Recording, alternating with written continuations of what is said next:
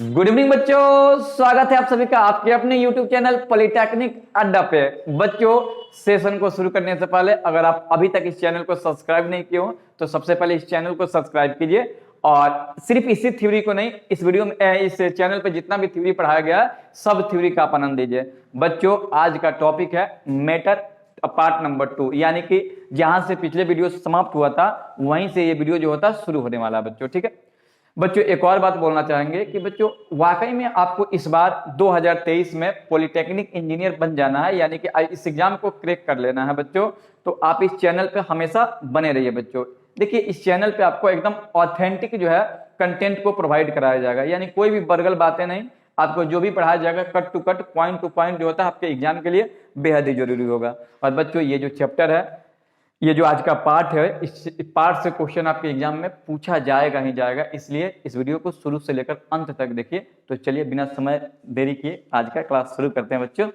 आज का टॉपिक है बच्चों क्लासिफिकेशन ऑफ मैटर, यानी कि इसको बोलते हैं द्रव्य का वर्गीकरण। द्रव नहीं है बच्चों, द्रव्य है। द्रव्य को पदार्थ भी कहा जाता है, तो द्रव्य का वर्गीकरण क्या हो जाएगा बच्चों? द्रव्य का वर्गीकरण। ठीक है बच्चों, इसको द्रव्य का वर्गीकरण कहा जाता है। देखिए बच्चों, पदार्थ को यानी कि द्रव्य को दो वर्गों में बांटा गया है।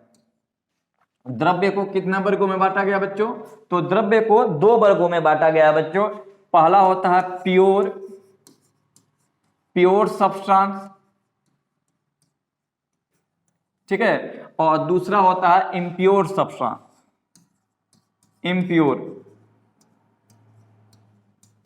इम्प्योर सब्सटेंस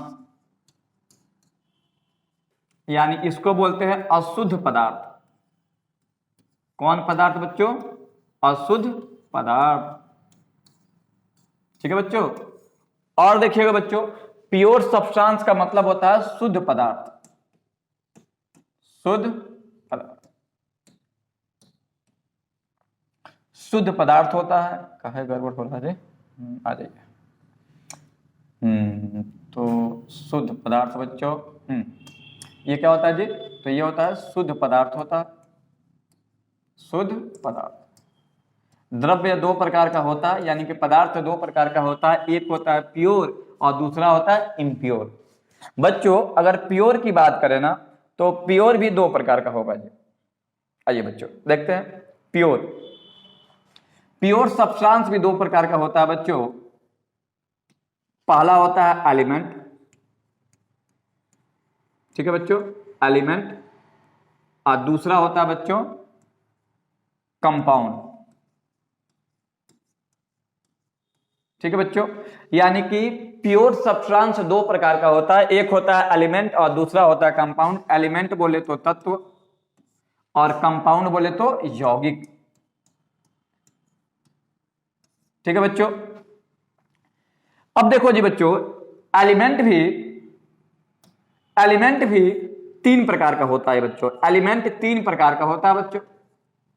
और ये कौन कौन होता है एलिमेंट तीन प्रकार का? तो एक होता है मेटल, ठीक है बच्चों, मेटल बोले तो धातु। दूसरा बच्चों होता है नॉन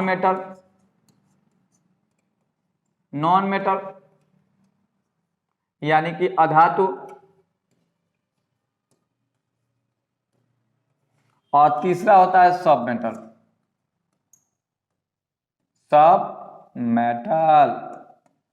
यानी कि उपधातु।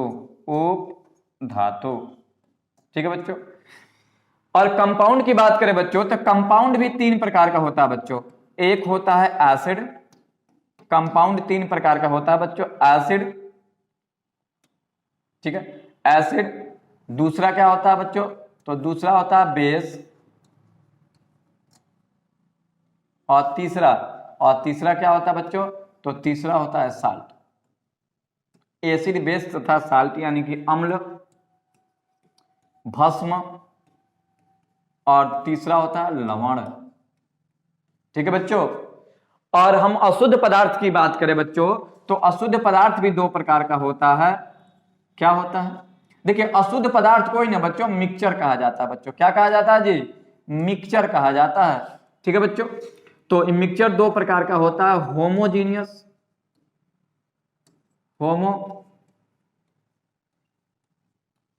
होमोजीनियस मिक्सचर, ठीक है, और दूसरा होता है हेट्रोजीनियस मिक्सचर, हेट्रोजीनियस मिक्सचर। दो प्रकार का होता है बच्चों, एक होता है होमोजीनियस और दूसरा होता है हेट्रोजीनियस। ये क्या होता है हम पूरा फुल एक्सप्लेनेशन इन सारे के करने वाले हैं बच्चों। आपको करना क्या है बच्चों कि जब भी आप वीडियो देखिए तो इसका प्रॉपर नोट्स बनाइए बच्चों। जब आप एग्जाम देने जाओगे ना तो 30 में 30 बनाकर आओगे। एक क्वेश्चन ऐसा नहीं होगा जो इस थ्योरी से बाहर आए। तो पूरा अंत तक थ्योरी पढ़िए आप लोग। पूरे जितने भी आपके सिलेबस में थ्योरी दिया है सबको पढ़ाएंगे और विथ एग्जाम्पल के साथ, और इसका प्रैक्टिस भी होगा बच्चों। तो आप इस चैनल पे बने रहिए बाबू, ऐसे आप बना लीजिए बाबू। देखिए शुद्ध पदार्थ दो प्रकार का होता है। देखिए पदार्थ दो प्रकार का होता है, एक होता है प्योर और एक होता है इम्प्योर। अब उसके बाद देखिए प्योर पदार्थ भी दो प्रकार का होता है, एक होता है एलिमेंट और दूसरा होता है कंपाउंड। एलिमेंट तीन प्रकार का होता है, धातु, अधातु, उपधातु। और कंपाउंड भी दो प्रकार का होता है, अम्ल, भस्म और लवण। भस्म को ही क्षार कहा जाता है, आगे बताएंगे दोनों में अंतर क्या होता है बच्चों। और इम्प्योर दो प्रकार का होता है, होमोजीनियस और हेट्रोजीनियस बच्चों। तो आइए इसको वन बाय वन करके हम लोग समझते चलते हैं। इसको वीडियो को पॉज कीजिए और इसको लिखिए बच्चों, ठीक है। आगे बढ़ते हैं हम लोग, चलिए। देखिए बच्चों यहां पे देखेंगे प्योर सब्सटेंस। देखिए बच्चों प्योर सब्सटेंस का एग्जांपल क्या होता है जी। प्योर सब्सटेंस का डिफिनेशन होता है कि वैसा पदार्थ जो एक ही प्रकार के परमाणुओं से मिलकर बना होता है उसे प्योर कहते हैं बच्चों। जो पदार्थ एक ही प्रकार के परमाणुओं से मिलकर बना होता है उसे प्योर कहते हैं। जैसे देख लो बच्चों, एक ही प्रकार के परमाणु होना चाहिए। जैसे हम हाइड्रोजन का है, ऑक्सीजन का है, नाइट्रोजन का है, H2O का है, ये सब प्योर है बच्चों। प्योर का मतलब कि वैसा पदार्थ, डिफिनीशन लिख लीजिएगा, बोल देते हैं, वैसा पदार्थ जो एक ही प्रकार के परमाणुओं से मिलकर बने होते हैं उसे प्योर सब्सटेंस कहते हैं बच्चों। और प्योर सब्सटेंस दो प्रकार का होता है, एक होता है एलिमेंट और एक होता है कंपाउंड। तो आइए हम इन सारे को वन बाय वन करके समझेंगे बच्चों, ठीक है। अब देखो जी बच्चों, यहाँ पे पहला इसका टाइप पढ़ना है एलिमेंट। सबसे पहले जानेंगे कि एलिमेंट है क्या और ये इसका खोज किसने किया था। देखिए बच्चों एलिमेंट का जो कंसेप्ट था वो सबसे पहले रॉबर्ट बॉयल द्वारा दिया गया था। रॉबर्ट बॉयल के द्वारा दिया गया था, याद रखिएगा बच्चों। ओहो हो क्या लिख दिया जी।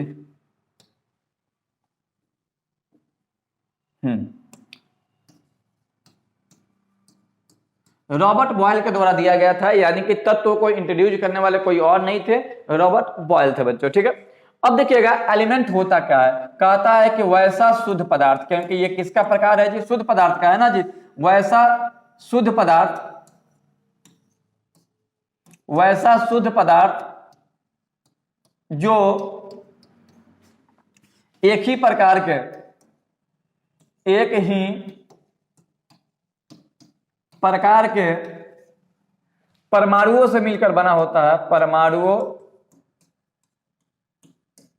परमाणुओं से मिलकर बना होता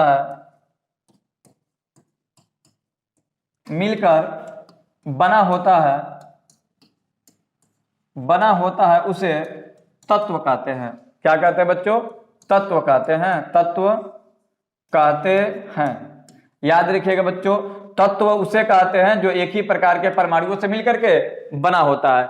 जैसे कि क्या होगा, जैसे हाइड्रोजन, ऑक्सीजन, नाइट्रोजन, ETC, जितने भी ये नाम लिखे हैं ये सब क्या है बच्चों, एलिमेंट है।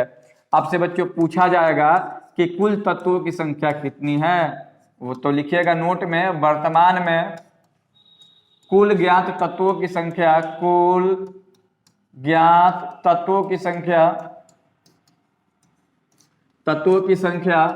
114 या 118 है। अब बच्चों यहाँ पे कंफ्यूजन क्या है, देखिए एग्जाम में पूछे आपसे कि कुल तत्वों की संख्या कितनी है, तो बच्चों आप 114 या 118 लगाकर आएंगे। अगर दोनों ऑप्शन दिया है तो आप 118 करके आएंगे, अगर 118 नहीं है तो 114 है बच्चों, ठीक है। तो एलिमेंट उसको कहा जाता है जो एक ही प्रकार के परमाणुओं से मिलकर के बने होते हैं। आइए इसका हम कुछ फीचर देख लेते हैं बच्चों। फीचर देखिएगा क्या होता है बच्चों, फीचर क्या होता है, तो सबसे पहले कि यह एक ही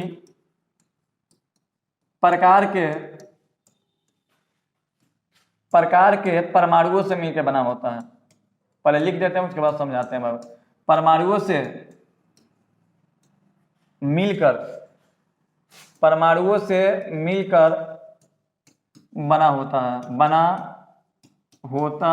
है। बच्चों याद रखिएगा, एलिमेंट एक ही प्रकार के परमाणुओं से मिलकर बना होता है। ठीक है। हाँ जी, दूसरा कि इसके परमाणुओं को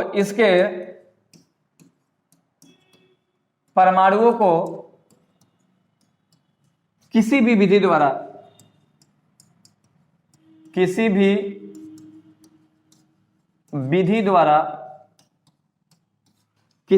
द्वारा अलग नहीं किया जा सकता है। किया जा सकता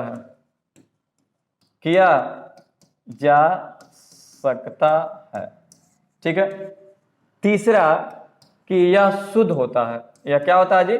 शुद्ध होता है बच्चों। देखो जी, इसको समझिएगा। पहला पॉइंट है बच्चों कि यह एक ही प्रकार के परमाणुओं से मिलकर बना होता है। एक ही प्रकार के परमाणुओं से मिलकर बना होता है। कहने का मतलब क्या है कि अगर हम सोना का यहाँ पे टुकड़ा लिए हैं तो इसमें परमाणु भी खोजेंगे ना तो सोना का ही मिलेगा। ऐसा नहीं है कि इसके अंदर चांदी का परमाणु मिलेगा बच्चों। ठीक है। दूसरा, इसके परमाणुओं को किसी भी विधि द्वारा अलग नहीं किया जा सकता है। बच्चों जब ये सोना के ही परमाणु है सोना के अंदर, तो इसको अलग करना संभव नहीं है, असंभव है जी, अलग नहीं कर सकते हो। याद रखिएगा, ना ही भौतिक विधि और ना ही रासायनिक विधि, किसी भी विधि द्वारा इसको अलग आप नहीं कर सकते हो। और तीसरा कि यह शुद्ध होता है। जाहिर सी बात है, आपको बताया था कि ये शुद्ध का प्रकार है, यानी कि शुद्ध पदार्थ का ही प्रकार होता है एलिमेंट, ये शुद्ध होता ही है। तो बच्चों आपको ये जानना है। ठीक है। और भी देख लीजिए, एलिमेंट जो है रासायनिक अभिक्रिया में भाग लेते हैं, ये भी चलेगा। गुड, चलिए हटिए आगे बढ़ते हैं। अब देखो बच्चों, हाँ जी, एक और बात समझिएगा। एलिमेंट की बात करें ना तो यह 3 प्रकार का होता है। अभी आपको बताए थे, इसको देखिएगा, इसी को आगे बढ़ाएंगे। यह 3 प्रकार का होता है। 3 प्रकार का होता है। ठीक है। और 3 प्रकार क्या है? धातु, अधातु और उपधातु। तो आइए हम लोग आगे देखते हैं क्या देखना है। हाँ जी, अगला पॉइंट है मेटल। मेटल का मतलब होता है धातु। मेटल का मतलब क्या होता है बच्चों? मेटल का मतलब होता है धातु। चलिए बच्चों, इसको समझते हैं। डिफिनीशन सुन लो क्या होता है, उसके बाद हम खाली फीचर बताएंगे। देखिए, डिफिनीशन कहता है कि वैसा तत्व जो उष्मा और विद्युत का सुचालक होता है उसे धातु कहते हैं। बच्चों देखिएगा, धातु का बहुत सारे डिफिनीशन है, आप किसी भी आधार पे आप इसको बोल सकते हैं। तो सिंपल सा परिभाषा याद रखिएगा कि वैसा तत्व जो उष्मा और विद्युत का सुचालक होता है। बच्चों याद रखिएगा, धातु होने के लिए उसको तत्व होना जरूरी है। ठीक है। ऐसा नहीं कि वह विद्युत और उष्मा का सुचालक हो जाएगा तो धातु हो जाएगा, नहीं। वैसा तत्व जो उष्मा और विद्युत का सुचालक होता है धातु कहलाता है। एग्जाम्पल देखिएगा, एग्जाम्पल देखिए, लोहा, ठीक है, magnesium, calcium, aluminium, zinc, etc, ये सब जो है धातु है बच्चों। ठीक है। ये उष्मा और विद्युत का सुचालक होता है। और भी देख लीजिए, सोना, चांदी, ईटीसी, ये सब क्या है जी? धातु है। बच्चों धातु के बारे में हम लोग डीप एक्सप्लेनेशन करेंगे। स्पेशल चैप्टर आपके सिलेबस में दिया है धातु अधातु, उसमें हम लोग बहुत अच्छे से देखेंगे। अभी यहाँ पे इंट्रोडक्शन चल रहा है तो हम इसी प्रकार से इसको आगे बढ़ाते हैं। देखिए बच्चों, कई बार एग्जाम में पूछा जाता है कि कौन ऐसा धातु है जो अर्थ क्रस्ट पर सबसे अधिक मात्रा में पाया जाता है। तो देखिएगा, एल्युमिनिया, याद रखिएगा बाबू, Al, एल्युमिनिया अर्थ क्रस्ट पर सबसे अधिक मात्रा में पाया जाने वाला धातु है। सबसे अधिक मात्रा में पाए जाने वाला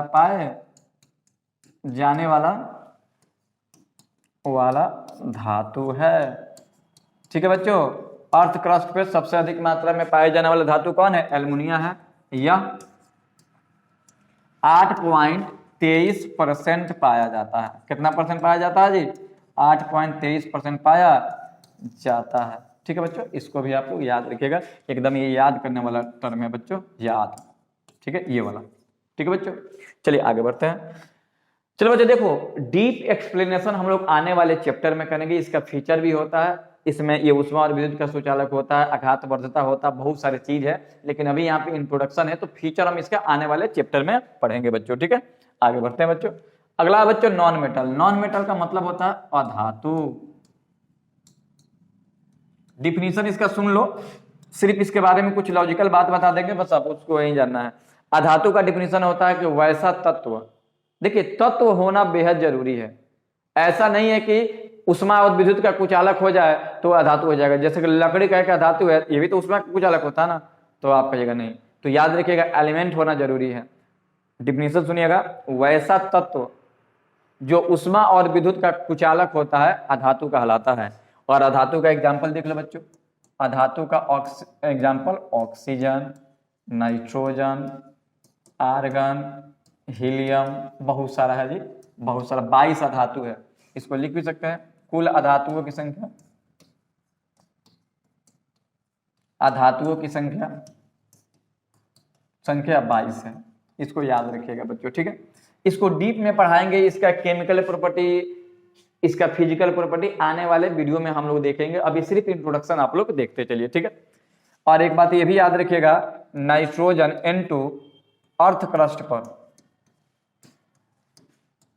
क्रस्ट पर बाई वॉल्यूम यानी आयतन के अनुसार बाई वॉल्यूम सबसे अधिक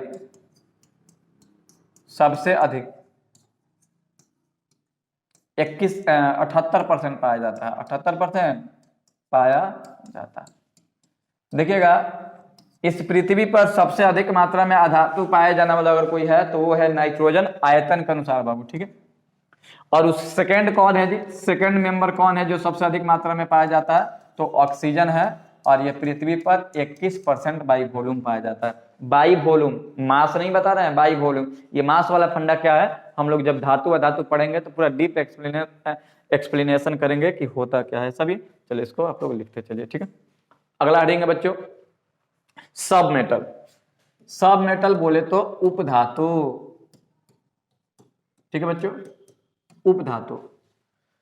उपधातु बीच का रास्ता है जी, धातु और अधातु के बीच के रास्ता है उपधातु। यानी उपधातु का डिफिनेशन क्या होता है कि वैसा तत्व जो कमरे के ताप पर विद्युत का कुचालक होता है, लेकिन ताप में वृद्धि के साथ ये उष्मा और विद्युत का सुचालक होने लगता है, क्या कहलाता है, उपधातु कहलाता है। इसकी चालकता जो है ना धातु और अधातु के बीच होती है, ठीक है। और देखो जी उपधातु देखिएगा, इसकी कुल संख्या, एग्जाम्पल में देखिएगा बच्चों, कुल 7 उपधातु है, 7 उपधातु है पृथ्वी पर। कुल उपधातुओं की संख्या कितनी है बच्चों, 7। और एग्जाम्पल कौन कौन सा है, तो देखो बच्चों एग्जाम्पल आपके सामने है बोरॉन, पहले से लिखा हुआ है क्योंकि इसकी मात्रा कम है तो सोचे कि लिख ही देते हैं, आपको याद रहेगा, ठीक है। बोरॉन का 20, silicon Si, germanium Ge, arsenic As, और यहाँ पे एंटीमनी। बच्चों ये बड़ा खास है जी, INP इसको कर लीजिएगा, एंटीमनी। एंटीमनी का संकेत बाबू लगता तो है कि ए होना चाहिए, लेकिन एंटीमनी का संकेत एस भी होता है, तो बच्चों इसको याद कर लीजिएगा एकदम, एंटीमनी, ठीक है। उसके बाद से ट्रेलिडियम Te, पोलोनियम। और देखो बच्चों इसको याद करने की कोई आवश्यकता नहीं, ये 8वां है, रेडियो एक्टिव होता है, ठीक है। नया नया इसको खोजा गया है, तो अभी हम यहाँ पे 7 लिखवाए हैं, लेकिन इसको आप गिनिएगा तो 8 हो जाएगा।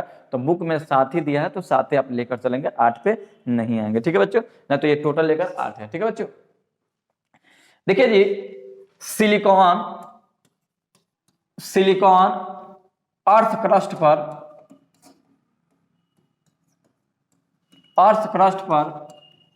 सबसे अधिक मात्रा में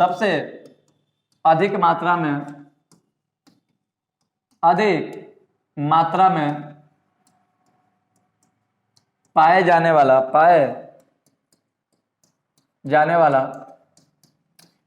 वाला उपधातु है। कोई आपसे कहा है कि सबसे अधिक मात्रा में कौन सा उपधातु पाया जाता है, तो आपका जवाब होना चाहिए सिलिकॉन। कितना परसेंट पाया जाता है जी, 28.23% या 21%, कहीं कहीं 23, कहीं 21, कहीं 27 दिया हुआ है, ये आप याद रखिएगा 28, ठीक है। 28 पॉइंट के बाद क्या है, उससे क्या ही मतलब है, इसको बच्चों याद कर लीजिएगा। ये एंटीमनी का संकेत आप लोग जरूर याद कर लीजिएगा, बहुत ही फेमस है, कई बार एग्जाम में पूछा है बच्चों। बोले थे ना कि चैप्टर से ये जो भाग है ना, इससे क्वेश्चन एकदम आपके एग्जाम में आना ही आना है बच्चों। तो थ्योरी से आपको कोई खिलवाड़ नहीं करेगा बच्चों।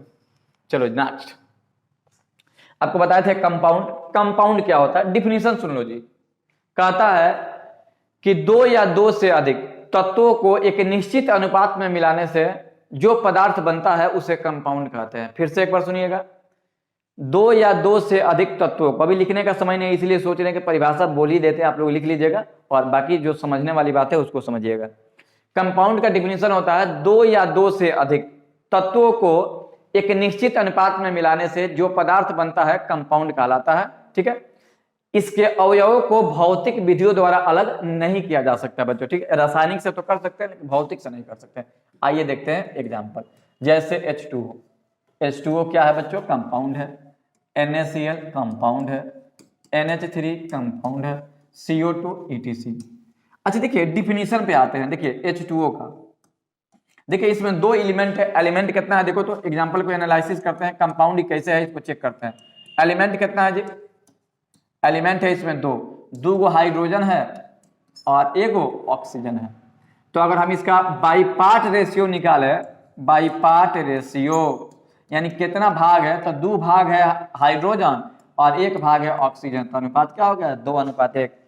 दूसरा देखिएगा, अगर हम बाई वेट रेशियो निकाले, बाई वेट रेशियो निकाले हम, तो इसका रेशियो आएगा देखो, 2 गो हाइड्रोजन है, द्रव्यमान का अनुपात निकालना है और 1 गो ऑक्सीजन है, तो 2 का 2 हाइड्रोजन का 1 अनुपात ऑक्सीजन का 16, 2 8 16 यानी 1:8। याद रखिएगा बच्चों, कई बार एग्जाम में पूछा है जी कि बताइए कि जल में हाइड्रोजन और ऑक्सीजन का अनुपात कितना होता है। तो देखो अगर भाग पूछेगा तो 2:1, अगर भारों का अनुपात पूछेगा तो 1:8 होगा बच्चों। ठीक है, तो इसको आप लोग याद रखेंगे एलिमेंट। ठीक है, एलिमेंट का फीचर समझ लीजिएगा, फीचर। ठीक है, एलिमेंट का फीचर समझिएगा, लिखेंगे ये 2 या 2 से अधिक, 2 या 2 से अधिक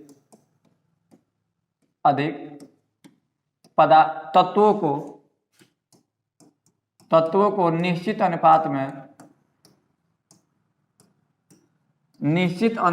मिलाने से बनता है। अनुपात में मिलाने से बनता है। चलो बच्चों लिख लीजिएगा, ये 2 या 2 से अधिक पदार्थों को एक निश्चित अनुपात में मिलाने से बनता है। दूसरा, इसमें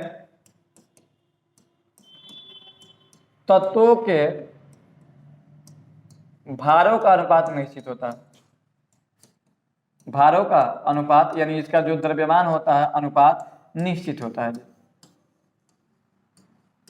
निश्चित होता है। तीसरा पॉइंट देखिएगा, इसके निर्माण में ऊष्मा का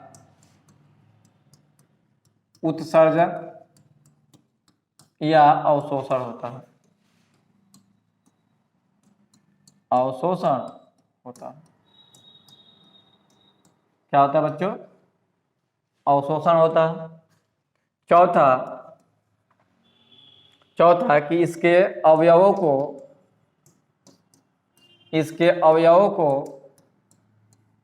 भौतिक विधि द्वारा अलग नहीं किया जा सकता है। भौतिक विधि द्वारा अलग नहीं किया जा सकता है। अलग नहीं किया जा सकता यानी जो इसके कंपोनेंट होते हैं इसको अलग आप नहीं कर सकते हो। ठीक है बच्चों, तो ये सारा इसका फीचर है। इसको 1 बाई 1 करके आइए देखते हैं क्या कह रहा है जी। ठीक है, पहला देखो जी, पहला कह रहा है कि ये 2 या 2 से अधिक तत्वों को निश्चित अनुपात में मिलाने से बनता है। जैसे देखो H2O बना है तो इसमें हाइड्रोजन 2 भाग है और ऑक्सीजन कितना है, 1 भाग है। तो ये निश्चित अनुपात मिलाए हैं तो ना बना है जी, तो अनुपात निश्चित होता है। इसमें तत्वों के भारों का अनुपात निश्चित होता है। देखो तो हम भार का भी अनुपात निकाले थे तो 2 गो हाइड्रोजन है और 1 गो ऑक्सीजन है, 2 का 2 हाइड्रोजन का द्रव्यमान 1 और ऑक्सीजन का 16, 2 8 16, यानी कि 1:8 आया था। कितना आया था बच्चों? 1:8। तो ये भी निश्चित है बच्चों। इसके निर्माण में उष्मा का उत्सर्जन या अवशोषण होता है। देखो बच्चों, जैसे मान लेते हैं कि हाइड्रोजन ऑक्सीजन से अभिक्रिया कर रहा है, H2O बना रहा है, तो ऐसा तो है नहीं कि डायरेक्ट जाकर के हाइड्रोजन ऑक्सीजन से अभिक्रिया कर लिया होगा। इन दोनों को अभिक्रिया कराने के लिए कुछ ना कुछ कंडीशन दिया होगा। तो कंडीशन जब देना पड़ता है तो या तो उष्मा उसमें से निकलता है या उष्मा देना पड़ता है बच्चों। तो उष्मा का उत्सर्जन या अवशोषण होता है। ठीक है। चौथा है कि इसके अवयवों को भौतिक विधि द्वारा अलग नहीं कर सकते। अच्छा ये बताओ, जल है, क्या जल को छान करके क्या हाइड्रोजन को बाहर निकाल दोगे? नहीं ना। ऑक्सीजन को निकाल दोगे? नहीं। तो जब ऐसा नहीं कर सकते हैं तो यानी कि इसमें भौतिक विधि का प्रयोग करके इसको अलग आप नहीं कर सकते, और जब भी नहीं कर सकते तो बच्चों ये है कंपाउंड बच्चों। ठीक है। अब देखो जी, कंपाउंड भी 3 प्रकार का होता है। कंपाउंड 3 प्रकार का होता है, अम्ल, क्षार और लवण। इसका 3 प्रकार है बच्चों, एसिड, बेस और तीसरा है साल्ट। इसका 3 प्रकार है बाबू, अम्ल, क्षार और लवण। यानी अम्ल क्षार को भस्म कहा जाता है, अम्ल, भस्म और लवण। तो देखिए इन तीनों टॉपिक को ना हम लोग इसका आपके सिलेबस में स्पेशल चैप्टर दिया हुआ है। तो अभी का ये समय व्यतीत करना है, स्पेशल जब पढ़ना होगा तो पढ़ेंगे। हाँ जी। अब देखिए कुछ महत्वपूर्ण बात है, और यहाँ पे इसको हम यहीं पे इतना ही में समाप्त करेंगे बच्चों। एकदम प्यार से देखिए इसको। देखो बच्चों, पहला जो पदार्थ है ना, बड़ा ही नाम खतरनाक है, ई फ्लोरोसिएंट है जी। इसको उत्फुल्लन कहते हैं। उत्फुल्लन, फूलन देवी नहीं है जी, उत्फुल्लन है, उत्फुल्लन पदार्थ। ठीक है बच्चों। दूसरा नाम है हाइड्रोस्कोपिक। हाइग्रोस्कोपिक का मतलब होता है, ठीक है, आर्द्रता ग्राही, आर्द्रता ग्राही। ठीक है बच्चों। और तीसरा है डेलिक्विसेंट, यानी कि इसको बोलते हैं प्रस्वेदी, प्रस्वेदी पदार्थ। चलो इसको आप लोग कॉपी में आप लोग ऐसे बना लीजिए बच्चों। ठीक है। और हम लोग इसको 1 बाय 1 करके समझेंगे होता क्या है।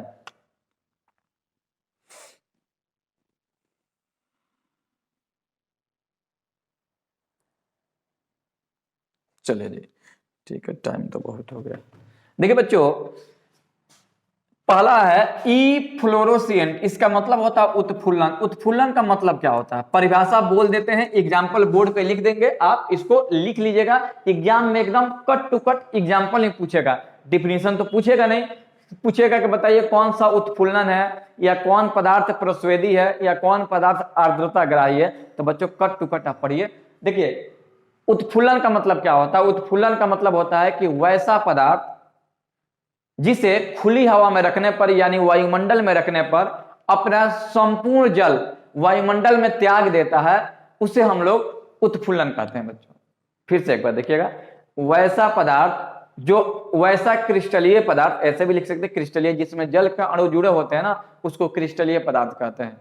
वैसा क्रिस्टलीय पदार्थ जिसे खुली हवा में छोड़ने पर अपना कुछ जल के अणु या संपूर्ण जल के अणु वायुमंडल को दे देता है, उसे उत्फुल्लन कहते हैं।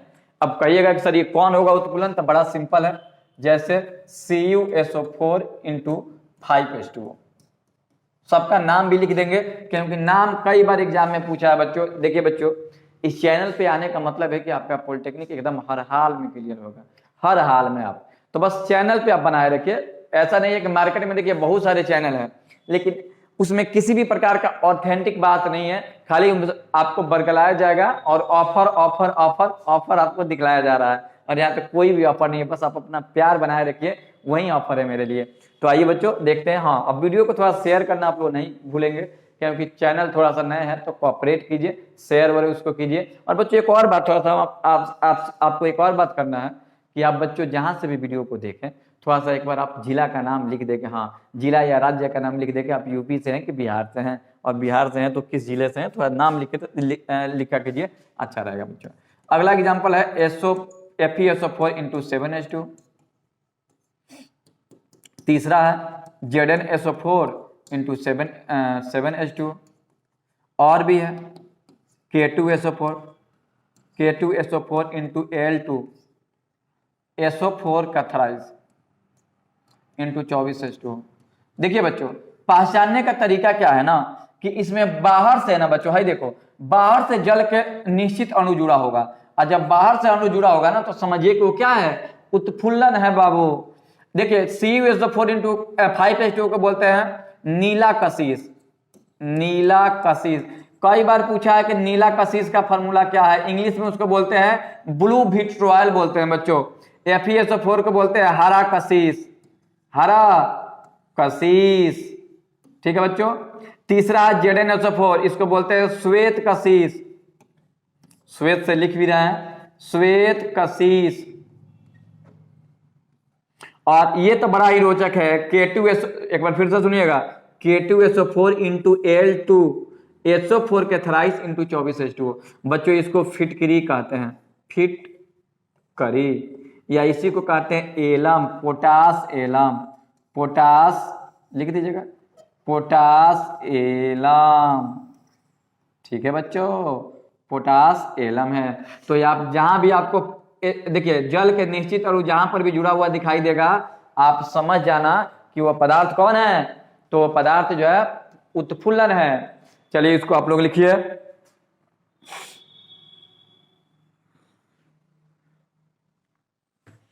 चलिए बच्चों देखिएगा, अब है अगला जो टॉपिक है आपका हाइग्रोस्कोपिक है, यानी कि आर्द्रताग्राही है। आर्द्रताग्राही क्या होता है कि वैसा पदार्थ जो वायुमंडल से नमी को ग्रहण करके, ये करता क्या है बच्चों, इसका डिफिनीशन आप लोग लिख लीजिए और एग्जाम्पल हम लिख देते हैं ताकि समय की बचत होगी, समय की बचत होगी तो बहुत सारे बात बता कर जाएंगे। डिफिनीशन कहता है कि वैसा पदार्थ जो वायुमंडल से नमी को ग्रहण करके, वायुमंडल से नमी को ग्रहण करके हाइड्रेट या हाइड्रोक्साइड का निर्माण करते हैं। क्या बनाते हैं बच्चों, हाइड्रेट या हाइड्रोक्साइड, हाइड्रोक्साइड का निर्माण करते हैं, उसको हम लोग आर्द्रताग्राही कहते हैं। जैसे क्या होगा, तो निर्जलीय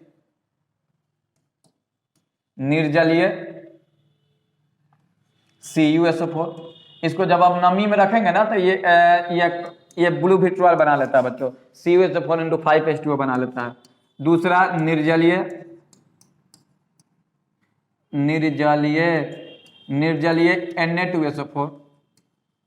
Na2SO4, या फिर आप लिख सकते हैं निर्जलीय Na2CO3। ये सब जो है क्या है, आर्द्रताग्राही है, यानी कि नमी को अवशोषित करने वाला है। और तीसरा बच्चों बड़ा ही फेमस है और बहुत ही खूबसूरत भी है, और इसका एक यूज भी आपको बताएंगे, प्रस्वेदी पदार्थ। प्रस्वेदी पदार्थ का मतलब होता है कि वैसा पदार्थ जो वायुमंडल से नमी को ग्रहण करके संतृप्त विलयन बनाता है। देखो दोनों का काम है नमी का ग्रहण करना, लेकिन ये ग्रहण करके ना संतृप्त विलयन बनाता है। क्या बनाता है बच्चों, संतृप्त विलयन का निर्माण करता है, विलयन का निर्माण करता है, ठीक है। अब इसका एग्जाम्पल क्या होगा बच्चों, तो इसका एग्जाम्पल देखिएगा, चलिए ये कलम अच्छा नहीं है बच्चों, हाँ इसका एग्जाम्पल क्या होगा, तो MgCl2 मैग्नीशियम क्लोराइड, और ये CaCl2 इसका प्रमुख एग्जाम्पल होगा बच्चों, ठीक है ना। देखो जी एक क्वेश्चन आपको हम पढ़ाएंगे जो बड़ा ही रोचक है। चलिए एक क्वेश्चन था बच्चों 10th क्लास में पूछा जाता था, या फिर आप देखे होंगे कि नमक को खुली हवा में छोड़ देने पर गीला हो जाता है क्यों, नमक को खुली हवा में छोड़ देने पर गीला हो जाता है क्यों। तो बच्चों नमक इसीलिए गीला हो जाता है क्योंकि नमक में प्रस्वेदी पदार्थ कैल्शियम क्लोराइड या मैग्नीशियम क्लोराइड उपस्थित होता है। और भी इसके एग्जाम्पल है FeCl3, चौथा एग्जाम्पल NaOH, ये सब जो है प्रस्वेदी पदार्थ है बच्चों, ठीक है। तो इस पॉइंट को आप लोग याद रखेंगे, और ये पॉइंट जो है बहुत ही इंपॉर्टेंट है एग्जाम के पॉइंट ऑफ व्यू से, तो बच्चों इसको याद कर लीजिए और लिख भी लीजिएगा, ठीक है। चलिए आगे हम लोग बढ़ते हैं, वीडियो को पॉज करके लिख भी लेना बच्चों, ठीक है। चलिए आगे देखते हैं। अब आपको पढ़ना है इम्प्योर सब्सटेंस। इम्प्योर सब्सटेंस को ही मिक्सचर कहते हैं। मिक्सचर का एग्जाम्पल हम लोग देखेंगे। मिक्सचर का एग्जाम्पल जैसे कि वाटर प्लस मिल्क, ठीक है। दूसरा water plus milk plus sugar, ठीक है। दूसरा कि soil plus stone, soil plus sand लिख देते हैं, बालू, ETC। अभी मतलब क्या हुआ जी, और भी लिख सकते हैं, LY भी मिश्र धातु भी लिख सकते हो, मिश्र धातु भी आएगा, मिश्र धातु भी एक प्रकार का मिश्रण ही है। बच्चों डिफिनीशन क्या होता है, डिफिनीशन होता है दो या दो से अधिक पदार्थों को किसी भी अनुपात में मिलाने से, याद रखिएगा, दो या दो से अधिक पदार्थों को किसी भी अनुपात में मिलाने से जो पदार्थ तैयार होता है, निर्माण नहीं होता है, जो पदार्थ बनता है उसे हम लोग क्या कहते हैं, मिश्रण कहते हैं या अशुद्ध पदार्थ कहते हैं।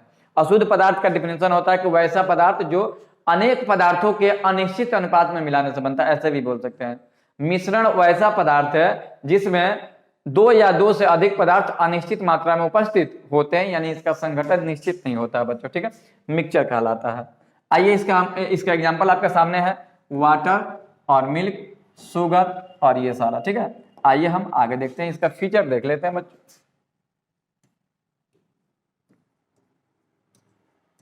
फीचर देखिएगा बच्चों, फीचर में क्या होगा, पहला होगा कि यह अशुद्ध पदार्थ होता है, यह अशुद्ध पदार्थ, यह अशुद्ध पदार्थ होता है, ठीक है बच्चों। दूसरा पदार्थ कैसा होता है जी, यह अशुद्ध होता है। दूसरा कि इसमें अवयवों का अनुपात, अवयवों का अनुपात निश्चित नहीं होता, निश्चित नहीं होता है, निश्चित नहीं होता है तो मतलब क्या होता है, अनिश्चित होता है, निश्चित नहीं होता है जी, ठीक है। तीसरा, इसके अवयवों को भौतिक विधि द्वारा, भौतिक विधि द्वारा अलग किया जा सकता है, अलग किया जा सकता है। इसके अवयवों को भौतिक विधि द्वारा अलग किया जा सकता है। और चौथा पॉइंट है कि इसके निर्माण में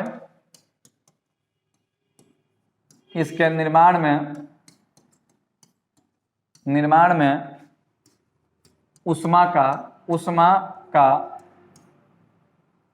न ही उत्सर्जन होता है, उत्सर्जन होता है और न ही अवशोषण होता है, अवशोषण होता है। ये रहा मिश्रण की कहानी, बहुत ही फीचर है लेकिन आप जो इंपॉर्टेंट है उसको समझिएगा। पहला फीचर है कि यह अशुद्ध पदार्थ होता है। हाँ बच्चों, जब अनेक पदार्थ मिले होंगे एक ही पदार्थ में तो पदार्थ अशुद्ध होगा ही, तो यह अशुद्ध पदार्थ होता है। इसमें अवयवों का अनुपात निश्चित नहीं होता। हाँ जी, मिश्रण में जब भी दो या दो से अधिक, जैसे चावल में कंकड़ का मिलना, क्या यह अनुपात इसका निश्चित होता है, चावल अधिक होता है कंकड़ कम होता है, तो ये निश्चित नहीं होता है। इसके अवयवों को भौतिक विधि द्वारा अलग किया जा सकता है। देखिए बच्चों, अगर चावल में कंकड़ मिल गया है तो आप हाथ से चुन करके यानी पिकिंग मेथड द्वारा जो है आप उसको अलग कर सकते हैं बच्चों। इसके निर्माण में उष्मा का ना तो उत्सर्जन होता है और ना ही अवशोषण होता है। यानी कि बच्चों, अगर चावल में कंकड़ मिल गया है तो उसको चुनने में क्या ही उष्मा की आवश्यकता है, ना उष्मा देना पड़ेगा ना उष्मा लेना पड़ेगा, ठीक है। आप आसानी से इसको अलग कर सकते हो। तो ये रहा मिश्रण। हाँ जी, अब इसका टाइप समझिएगा। हम मिक्स खत्म हो गया जी। हाँ देखिए, मिक्सचर दो प्रकार का होता है बच्चों, मिक्सचर दो प्रकार का होता है और यहीं पे इसको खत्म भी करेंगे, ठीक है ना। पहला होता है होमोजीनियस मिक्सचर, यानी कि समांगी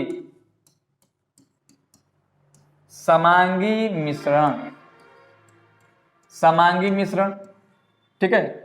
और दूसरा क्या होता है बच्चों, हेट्रोजीनियस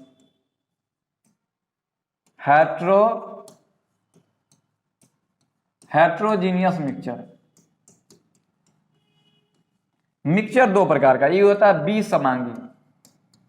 बच्चों यहीं पे इसको समझा के खत्म करते हैं। विसमांगी मिश्रण, बस आप लोग धैर्य से देखिए ताकि देखिए आपको बच्चों फॉर्मेलिटी नहीं निभाना है, क्योंकि आपको एग्जाम पास करना है, और पास करने का अगर मन बना लिए हैं तो पॉलिटेक्निक अड्डा से बेहतर कोई चैनल हो ही नहीं सकता बच्चों। आइए बच्चों, नया जरूर है लेकिन अनुभव की कोई कमी नहीं है। हम लोग पहली बार ऑनलाइन पढ़ा रहे हैं बेशक, लेकिन ऑफलाइन कई सालों से रिजल्ट हम लोग देते आ रहे हैं बच्चों, ठीक है। और मैं एक खुद ही सिविल इंजीनियर हूँ, तो बाबू कोई दिक्कत होना भी नहीं चाहिए, ठीक है। आइए, ना यहाँ पे बाबू अनुभव की कमी है, और ना ही एक्सपीरियंस की कमी है, और ना ही टैलेंट की कमी है। तो बच्चों बस आप लोग अपना प्यार बनाए रखिए, किसी प्रकार का कोर्स यहाँ पे नहीं बेचा जाएगा, बस सिर्फ आपको फ्री ऑफ कॉस्ट सारे सिलेबस को कराया जाएगा। देखो बच्चों, होमोजीनियस मिक्सचर वैसा मिश्रण जिसका सभी भाग एक समान होता है, याद रखिएगा। जैसे देखो बच्चों, हम यहाँ पे शरबत बनाएंगे, अभी पानी ले लिए और पानी में बाबू चीनी डाल दिए बच्चों, क्या डाल दिए? चीनी। और चीनी को डाल करके शरबत बनाए। जब बाबू शरबत बन जाएगा ना, शरबत, तो बाबू आप शरबत में कहीं से भी आप देखोगे इसको ना, तो ऐसा नहीं होगा कि आपको चीनी यहां दिखाई देगा, पानी यहां दिखाई देगा। यानी होमोजीनियस का संपूर्ण भाग एक समान होता है बच्चों। तो अगर कोई पूछे कि बिलियन क्या है, तो कहोगे बच्चों बिलियन जो है ना, बिलियन क्या है? तो बिलियन बच्चों होमोजीनियस मिक्सचर है, मिश्रण है। लेकिन कौन सा मिक्सचर है? होमोजीनियस, यानी समांगी है। जैसे में कई कौन, तो जैसे वाटर प्लस शुगर या शुगर प्लस वाटर, क्या बच्चों कोई दिक्कत? दूसरा देखो जी, ये भी बड़ा खास है, मिश्र धातु। मिश्र धातु, मिश्र धातु में क्या आएगा? जैसे पीतल, पीतल मिश्र धातु बहुत होते हैं बच्चों, इसका स्पेशल क्लास भी चलेगा। मिश्र धातु को ब्रास कहा जाता है बच्चों, ये कॉपर और जिंक से मिलकर के बना होता है बच्चों।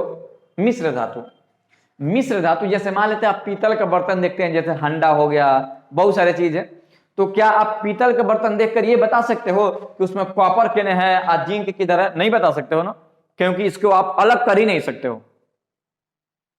यानी कि वैसा बिलियन, परिभाषा सुन लीजिए एक बार फिर से, वैसा बिलियन जिसका संपूर्ण भाग एक समान होता है। यानी कि आप पीतल को देखोगे ना, तो सब भाग एक समान दिखाई देगा।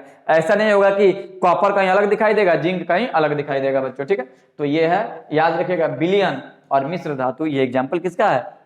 समांगी मिश्रण का। और बी समांगी मिश्रण वैसा मिश्रण जिसका प्रत्येक भाग अलग अलग होता है। जिसका प्रत्येक भाग अलग अलग होगा उसे हम कहेंगे बीसमांगी मिश्रण।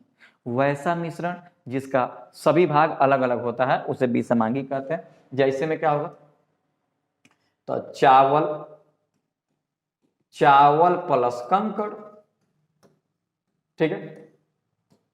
दूसरा देखिएगा, तेल और पानी, तेल और पानी, तेल में पानी मिलाएगा, तेल अलग पानी अलग नहीं मिलेगा। तो ये बच्चों बीसमांगी है। याद रखिएगा, समांगी को अलग नहीं कर सकते हो, बीसमांगी को अलग, क्या वो तो खुद ही अलग रहता है, अलग करने की क्या ही हो सकता है, कोई इसमें प्यार मोहब्बत नहीं है बच्चों। इसमें तो है, ये तो देख रहे हो, पीतल को देखेगा तो इतना प्यार मोहब्बत है बच्चों कि तुम पीतल को देख करके ये नहीं बता सकता कि कॉपर किधर है, जिंक किधर है। तो बेशुमार प्यार है इसमें ना है बच्चों, ठीक है। दोनों एक ही बाप का संतान है दोनों। ये मिक्सचर दो प्रकार का है, और याद रखिएगा दोनों अशुद्ध होता है, इम्प्योर होता है। और एक और बात बच्चों, एक ध्यान रखिएगा, अशुद्ध का मतलब गंदा नहीं होता है। ऐसा नहीं होता कि हम बोल दिए कि अशुद्ध पदार्थ है तो ये नहीं है कि गंदा पदार्थ है। अशुद्ध पदार्थ का मतलब होता है ना कि कोई एक पदार्थ में किसी अन्य पदार्थ को मिलना अशुद्ध कहलाता है। समझ में आ रही है बात? जैसे दूध है तो दूध शुद्ध है, उसमें आप पानी मिला दिया, अशुद्ध हो गया, ठीक है। अशुद्ध का मतलब गंदा नहीं होता केमिस्ट्री की भाषा में, इसको आप लोग क्लियर रखेंगे, ठीक है। आइए अगला देखते हैं। देखिए अगला है चेंज इन सब्सटेंस। एक्चुअली ये होना चाहिए पदार्थ की अवस्था में चेंज, ठीक है। देखिए दो प्रकार से चेंज होता है, और इसको भी हम एक ही लाइन में खत्म करते हैं, क्योंकि ज्यादा इसको लंबा ले जाने से क्या ही फायदा है, ठीक है। आपको बस मूल बात समझना है, और इससे क्वेश्चन एग्जाम में पूछे जाते हैं। इससे भी एक होता है फिजिकल चेंज, यानी कि भौतिक परिवर्तन,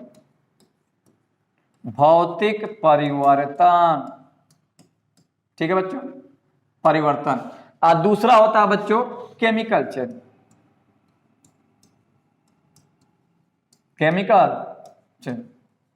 यानी कि रासायनिक परिवर्तन, एक होता है भौतिक परिवर्तन और एक होता है रासायनिक परिवर्तन। अब ये सुनिए कहानी क्या क्या होता है भौतिक परिवर्तन में। पहले कहानी सुनिए, उसके बाद एग्जाम्पल। देखिए, भौतिक परिवर्तन अस्थायी परिवर्तन होता है, अस्थायी। ये अस्थायी परिवर्तन है, यानी कि अभी ये होगा, अभी ये नहीं होगा, फिर अपने पहले जैसा हो जाएगा। जैसे मान लेते हैं बच्चों, एक आप स्प्रिंग लिए हैं, उसको दबा दिए तो दब गया, फिर छोड़ देंगे पहले जैसा हो जाएगा, तो ये भौतिक में आएगा, ठीक है ना।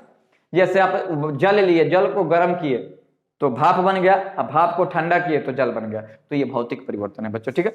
तो अस्थायी परिवर्तन है,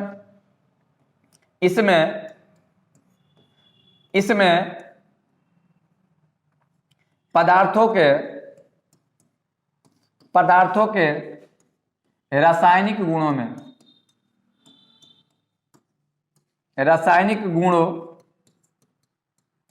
एवं द्रव्यमानों में कोई परिवर्तन नहीं होता है, कोई परिवर्तन नहीं होता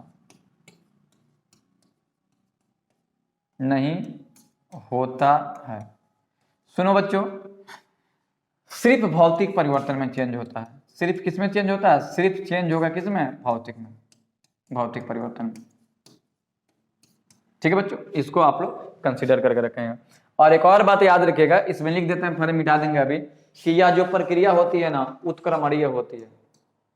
उत्क्रमणीय, ये उत्क्रमणीय प्रक्रिया होती है, यानी प्रक्रम होती है, रिवर्सेबल। रिवर्सेबल होता है, रिवर्सेबल प्रोसेस होता है। देखो जी, मतलब क्या है समझिएगा, इन चारों पॉइंट का मतलब समझ जाइएगा। देखिए, भौतिक परिवर्तन जो होता है ना, अस्थायी परिवर्तन होता है। मतलब क्या है, यहाँ पे एक एग्जांपल देखिए, वाटर है, ठीक है। वाटर को हम ठंडा करें, कोल्ड करें, तो ये आइस हो जाएगा। देखिए भाई, उत्क्रमणीय अभिक्रिया को डबल हेडेड एरो से दिखाते हैं, ये भी याद रखिएगा, डबल हेडेड एरो, दुमुहत तीर बाबू। देखिए, ये भौतिक परिवर्तन अस्थायी परिवर्तन होता है। अस्थायी का मतलब क्या है कि पानी को ठंडा करेंगे तो बर्फ हो जाएगा, अब बर्फ को गर्म करेंगे तो ठंडा हो जाएगा।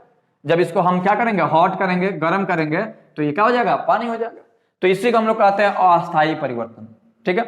दूसरा, इसमें पदार्थों की रासायनिक गुणों एवं द्रव्यमानों में कोई परिवर्तन नहीं होता। कहने का मतलब क्या है कि ये पानी है, अगर 10 ग्राम है तो बर्फ भी बनाएंगे तो 10 ग्राम का बनेगा। जैसे ही इसको हम फिर गर्म करेंगे तो फिर ये 10 ग्राम पानी आ जाएगा, यानी कि द्रव्यमान में कोई परिवर्तन नहीं होगा और पानी का जो गुण है उसमें कोई परिवर्तन कोई नहीं होगा। सिर्फ भौतिक परिवर्तन, इसमें भौतिक परिवर्तन होता है। याद रखिएगा, भौतिक परिवर्तन में ना सिर्फ भौतिक परिवर्तन होता है। देखिए, भौतिक परिवर्तन में ना क्या बदलता है, भौतिक गुण बदलता है बच्चों। भौतिक गुण का मतलब क्या है कि पानी देखो द्रव है, आज जैसे ही ये ठंडा किए तो ठोस बन गया। तो यही होता है भौतिक परिवर्तन, यानी भौतिक परिवर्तन के मतलब अवस्था बदलेगा, ना गुण बदलेगा, ना गुण बदलेगा, ना द्रव्यमान बदलेगा, ये बदलता नहीं। इसी को कहते हैं भौतिक परिवर्तन बच्चों, ठीक है। यानी वैसा परिवर्तन जिसके फलस्वरूप पदार्थों के द्रव्यमानों और रासायनिक गुणों में कोई परिवर्तन नहीं होता, सिर्फ उसके भौतिक गुणों में परिवर्तन होता है, उसे भौतिक परिवर्तन कहते हैं। भौतिक परिवर्तन अस्थायी होता है, भौतिक परिवर्तन उत्क्रमणीय होता है। उत्क्रमणीय का मतलब समझ लो कि पानी से बर्फ बना, बर्फ से पानी बना, इसी को कहते हैं उत्क्रमणीय। यानी कि ये अपने अवस्था को प्राप्त करेगा, यानी कि पानी है ना, बर्फ बन गया तो ये बर्फ पानी भी आ जाएगा, यानी कि इसमें मूल पदार्थों की प्राप्ति होगी, ठीक है। चलो बच्चों, इसको क्लियर करो। चलो, इसको मिटाते नहीं है, इसको ऐसे कर देते हैं, ये वाला प्रक्रिया, ठीक है। एग्जाम्पल देखेंगे जैसे,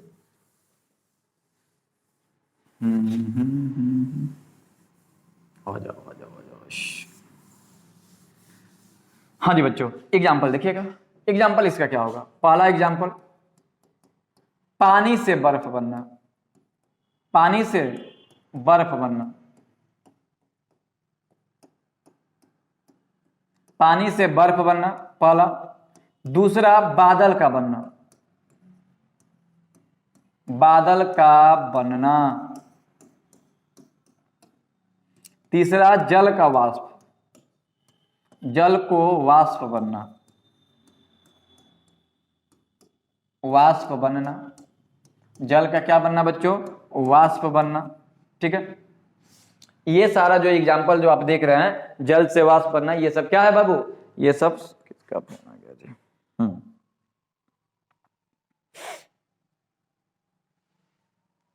चलो ये सब जो परिवर्तन देख रहे हैं वो क्या है, भौतिक परिवर्तन है। जैसे विद्युत बल्ब का जलना, बहुत सारे एग्जाम्पल आप लोग जानते होंगे, विद्युत बल्ब का जलना, विद्युत बल्ब का जितना एग्जाम्पल जानिएगा उतना ही अच्छा है। विद्युत बल्ब का जलना, आयोडीन, आयोडीन का ऊर्ध्वपातन, ऊर्ध्वपातन। चलो बच्चों इतना एग्जाम्पल आप लोग देख लीजिएगा, ऊर्ध्वपातन। चलिए अब रासायनिक परिवर्तन समझते हैं।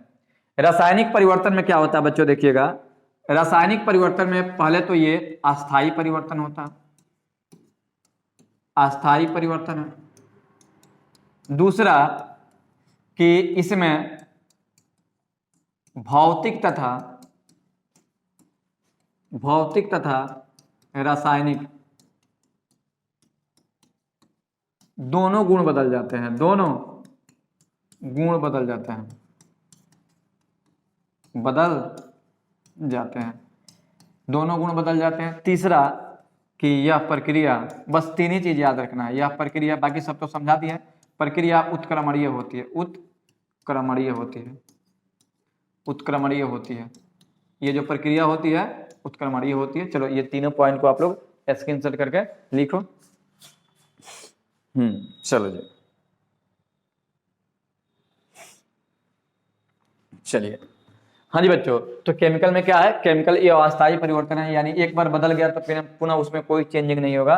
ये इसमें भौतिक और रासायनिक दोनों गुण बदल जाते हैं और ये प्रक्रिया उत्क्रमणीय हो, सॉरी अनुत्क्रम, हो क्या लिख दिया, अनुत्क्रमणीय, अनुत्क्रमणीय, यानी अनुत्क्रमणीय का मतलब होता है कि नॉन रिवर्सेबल, यानी इसको रिवर्स आप नहीं कर सकते हो। आइए इसका एग्जाम्पल देखते हैं हम लोग। एग्जाम्पल देखिएगा बच्चों, जैसे मोमबत्ती का जलना, मोमबत्ती का जलना। देखो बच्चों मोमबत्ती तो जलता है, फिर उससे मोमबत्ती बन भी जाएगा, लेकिन पहले जितना मोमबत्ती था उतना बड़ा नहीं बन सकता बच्चों, ठीक है, यानी द्रव्यमान इसमें लॉस होगा। दूसरा है दूध